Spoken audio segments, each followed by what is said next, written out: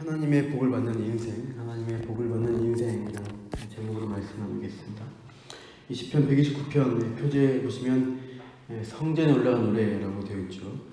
하나님의 백성들이 하나님께 예배하려고 성전에 올라가면서 신앙을 강구하는 찬송시라고 할 수 있습니다. 이 129편의 이 찬송은 두 단락으로 나눌 수 있는데 1에서 4절은 과거에 대한 고백의 표현이 있고요. 5에서 8절까지는 미래에 대한 강구의 내용입니다. 129편의 전반부는 과거에 수많은 고난에도 불구하고 결국 하나님이 그 백성에게 승리를 주셨다는 감사의 어떤 고백이라고 할 수 있습니다. 후반부는 이 대적한 원수들, 그들이 결국에는 심판받게 될 것을 기원하고 강구하면서 결국 하나님의 복을 받는 인생이 어느 편에 있는가, 이것을 우리에게 알려준 시입니다. 먼저 1, 2절 보시면 이스라엘 민족의 과거에 대한 고백을 표현하고 있습니다. 근데 이 민족적 역사 외에도 이 시편에서의 표현은 좀 시적인 표현으로 한 개인의 인생사인 것처럼 노래합니다. 1절 중간에 보시면 그들이 내가 어릴 때부터 여러 번 나를 괴롭혀도다, 이렇게 노래합니다. 2절 상반절도 똑같은 표현으로 그들이 내가 어릴 때부터 여러 번 나를 괴롭혔으나, 이렇게 나오고 있습니다. 그러니까 이스라엘 민족의 어린 시절이라고 하면 어느 때를 가리킬까요? 이스라엘이 한 민족과 국가의 단위로 형성되었던 그 시기, 바로 이집트에서 종살이하던 때를 가리킨다고 할 수 있습니다. 여러 번 괴롭힘을 당했다고 하는 것은 한마디로 이스라엘의 민족사는 순환의 역사였다라는 표현입니다. 그것을 회고하는데 실제 역사적 이스라엘이 겪은 고난들은 참 많은 고난도 있었죠. 이집트에서 종살이하면서 겪은 고난부터 결국 이 가나안 땅에 입성했지만 사사기 시대에 이 민족이 많은 침략들을 받고, 또 열왕기 시절에 끊임없는 강대국의 침략을 받아온, 그래서 결국 멸망했던 역사입니다. 이집트라는 강대국, 블레셋, 아람, 서쪽에 있던 블레셋, 북쪽에 있던 아람, 또 이제 멀리 있지만 강대국이었던 아수르와 바벨론 등 이 세상적 강대국들은 이스라엘 민족 국가가 시작할 때부터 여러 번 계속해서 이스라엘을 괴롭혀왔던 것이죠. 그러나 2절 하반절에서 고백하듯이 나를 이기지 못할도다, 결국 나인 이스라엘을 결국 그들이 이기지 못했다라고 고백합니다. 여러 이민족들, 강대국들이 한때 이스라엘을 점령하고 침략하면서 승승장구했을지라도 결국에 그들은 역사의 뒤안길로 다 사라져버렸습니다. 하지만 이스라엘은 여러 번 넘어졌어도 다시 일어나고 살아남았던 역사입니다. 이스라엘은 하나님의 약속이 주어져 있었기 때문에 이 흥망성쇠를 겪는 이 인류 역사 가운데 끊임없이 살아남았고 회복되고 그 하나님의 약속 가운데 명맥을 유지할 수 있었던 것이죠. 3절에 보시면 이스라엘의 순환사를 농부가 밭 가는 장면으로 비유하면서 표현합니다. 3절에 밭 가는 자들이 내 등을 갈아 그 고랑을 길게 지어두다라고 말합니다. 과거 우리나라도 그랬지만 고대 근동 이스라엘에서 밭을 갈 때 소를 이용해서 쟁기질을 합니다. 이렇게 밭을 갈다 보면은 소들이 이제 힘들어서 쉬려고 하겠죠. 그러나 농부들은 주어진 시간에 최대 이득을 극대화하기 위해서 계속 일을 시켜야 하는 것입니다. 그럼 어떻게 해야 될까요? 채찍이나 막대기로 이 소의 등을 인정사정 없이 후려치면서 계속 밭고랑을 이어가게 만드는 방법을 이렇게 쓰는 것입니다. 잔혹하지만 이 소의 등에 채찍질로 인해서 파인 상처가 이 고랑처럼 길게 많이 날수록 이 소가 갈아내는 밭의 고랑은 점점 길어질 수 있는 효과가 있는 것이죠. 이런 가혹하게 농사짓는 장면으로 이스라엘의 순환사를 표현하는 것이 본문 3절입니다. 그러니까 이스라엘은 학대받는 소로 대치된다고 할 수 있어요.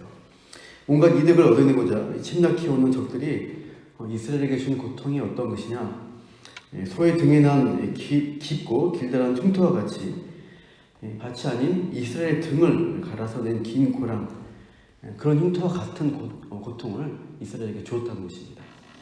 이 처참한 고난과 억압의 역사를 이스라엘이 겪은 것이다 라고 이렇게 3절과 같이 표현합니다.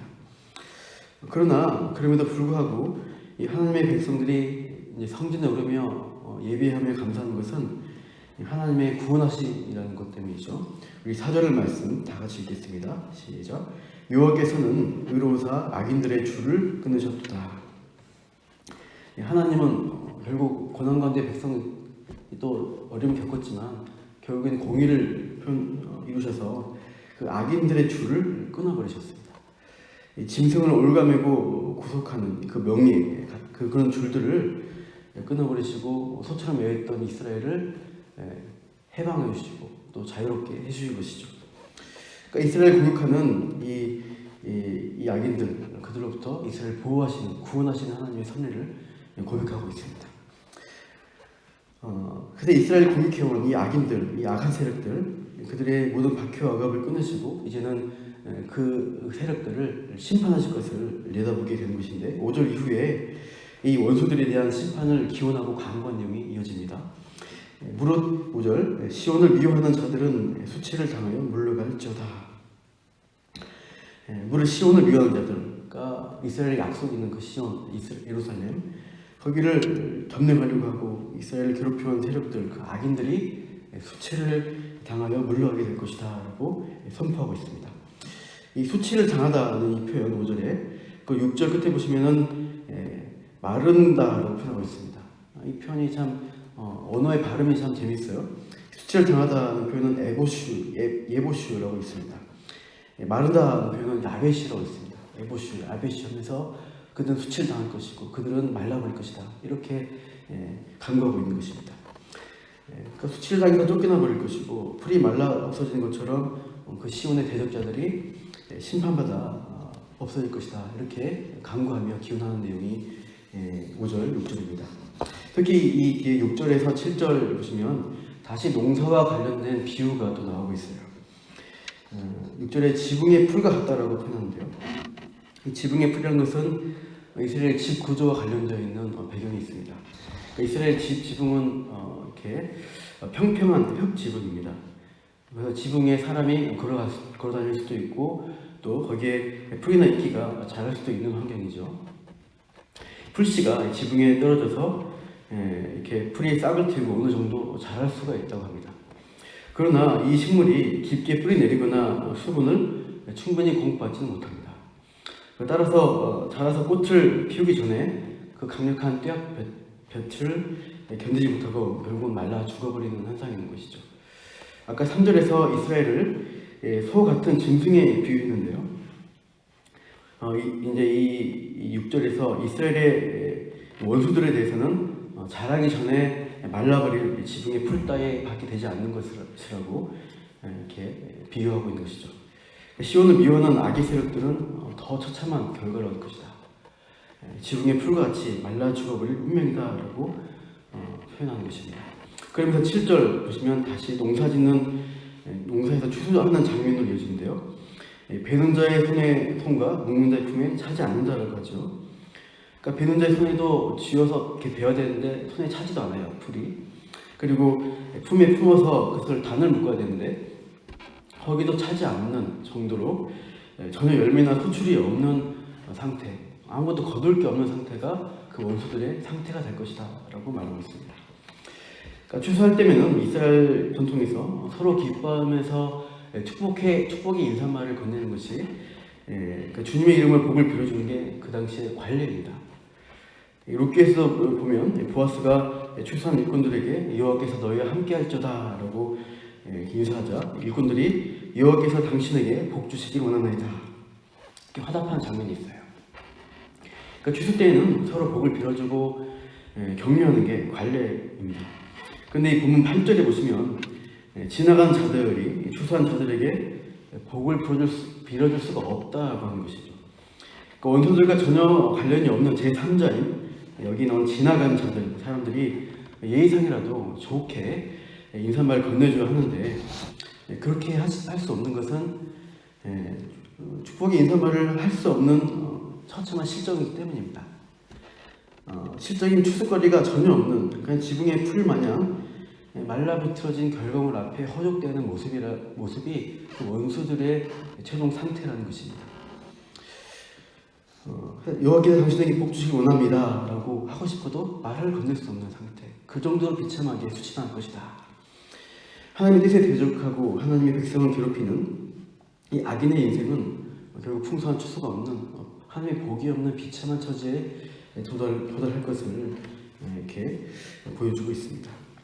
하나님이 복 주지 않는 인생은 제 아무리 자기 능력과 강함으로 한때 이 세상과 하나님의 백성을 쥐고 흔들지라도 결국에는 그들은 망할 수밖에 없다, 비참할 수밖에 없다라고 성경은 말씀하고 있습니다. 그러나 이 본문을 통해서 우리가 하나님의 복을 받는 인생은 어떠한 것인가를 우리가 또 보게 되죠. 그들은 이 땅의 것으로 만족하지 않고 무엇을 바라보냐면 시온에 있는 약속을 바라보는 백성들입니다. 약속을 바라보기 때문에 이 땅의 것을 추구하지 않기 때문에 이 땅의 것을 만족하려고 하는 사탄과 악의 세력들을 인해서 많은 고난과 어려움을 당할 수밖에 없습니다. 오히려 이 진리, 이 생명을 가졌기 때문에 이 사탄의 세력들은 이 진리를 가진 백성들을 공격합니다. 우리를 무너뜨리려고 하는 것이죠. 그러나 악이 결국은 이길 수 없다라고 아까 이전에 말씀하셨듯이 역사적인 이스라엘의 고백들이 그러한 것입니다. 하나님이 악인들이 얽매려고 하는, 세상이 얽매려고 하는 줄을 결국은 끊어버리실 것이기 때문입니다. 이 애굽의 이 속박을 끊어버리신 것처럼 우리를 해방시키시는 하나님의 능력을 우리가 경험할 것입니다. 또 이스라엘이 나중에 이 아수르 바벨론 제국의 침략으로 나라가 망했죠. 역사적으로 그렇게 됐습니다. 그러나 그 백성들을 하나님이 가만두지 않고 약속을 붙드는 자들에게 약속의 땅 예루살렘으로 다시 돌아오게 하셨고, 거기서 성전을 다시 재건케 하십니다. 그 성전을 통해서 하나님이 결국 어떻게 하세요? 결국 시온의 본질이신 예수 그리스도를 그 백성 가운데 약속의 메시아를 보내주셨습니다. 그 예수 그리스도 안에 있는 자들은 여호와의 복을 받은 인생으로 이 땅의 것이 아니라 하늘의 참으로 보호와 하늘의 약속을 붙들고 정말 이 소망 있는 인생을 살아가는 하나님의 백성으로 불러주셨죠. 우리가 그렇게 하나님의 백성을 이 땅에 이 자리에 부름받아서 기도하며 말씀 붙들고 나온 복받은 인생이 된 것이죠.